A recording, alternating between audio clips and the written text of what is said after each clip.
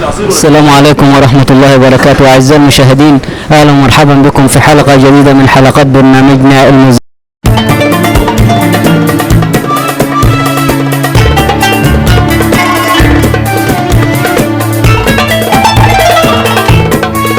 ومعانا النهاردة بقى شخصية اتعرفت في الشارع السوهاجي، الممثل. عرفنا بنفسك الأول. ايمن مؤدد يا غالي. أستاذ أيمن، بالنسبة للتمثيل، مهنة التمثيل، هل أنت خدتها بقى هواية ولا اكتشفتها إزاي؟ والله انا يعني من صغري كده، والله وانا بحب التمثيل، وخاصة يعني الكوميديا يعني. لان انا لقيت نفسي فيها بصراحة يعني. في اللون الكوميدي. اللون الكوميدي طبعا مظبوط كوميدي. اما كوميدي ودراما برضه. بس الكوميدي أكتر من الدراما. طبعا الكوميدي اكتر بداياتك كانت ازاي؟ طيب عايزين نعرف بداياتك ازاي. والله انا من صغري اصلا وانا يعني شقي كده برضه، يعني احب اروح واجي واتنطط والعب، واحب انا الشغل الدراما من صغري يعني بصراحه يعني. بالنسبه لفريقك بقى، كونت فريقك ازاي؟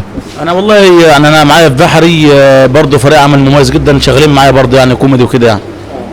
في بحري ومعايا برضه هنا في سوهاج هنا برضه معايا فريق عمل مميز برضه. بننزل مع بعض برضه تصوير وكده يعني. بننزل برضه شغل جبر خواطر وكوميديا وكده، بس كوميديا اكتر يعني. اللون الكوميدي هو اللي بيوصل لقلب الناس طبعا. ايوه طبعا اكيد، لان الناس بعض الناس الناس مكبوته.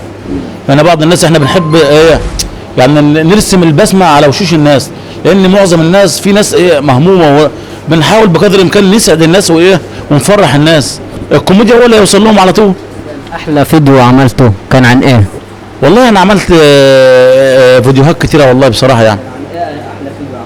انا عملت مثلا فيديو، كنت انا وواحد صديقي يعني اسمه ناصر السواقي من سواق هنا. بحبنا نروح مثلا عند الحلاق، مثلا قلت له يا ناصر من الناصر السوهاجي. طبعا جبنا مثلا حمار معانا كده ودخل، وانا طبعا حلاق يعني، طلع في الدور حلاق.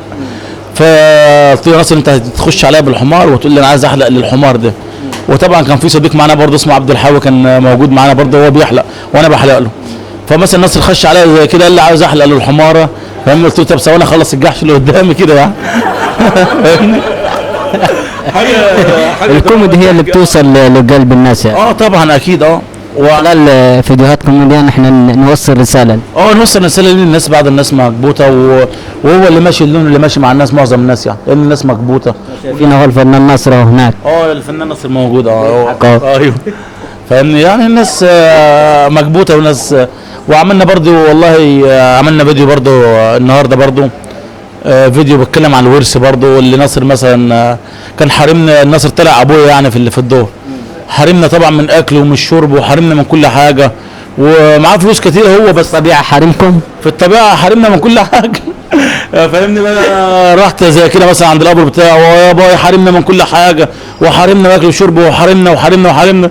هو طلع طبعا من القبر بتاعه، حرمك ايه وطار ورايا وكده يعني، حاجه كوميديه يعني. يا حلوه بتوصل لقلب الناس. طبعا اكيد يعني. في نهايه اللقاء عاوزك تقول كلمه لجمهورك. والله جمهوري طبعا هو اللي واقف في ظهري، وبحبكم جدا. وتحياتي لكل راجل محترم موجود عندي طبعا، وكل راجل محترم بيتابعني، وكل اخ واخت موجود عندي على ابلكيشن فيسبوك او على التيك توك، بحبهم جدا طبعا يعني. فنزات يا حبايبي. بنشكرك يا فنان، وبنشكر رصيف نمرة 5 لاستضافته اللقاء معنا، وان شاء الله على موعد مع ضيف جديد في برنامجكم المذيع.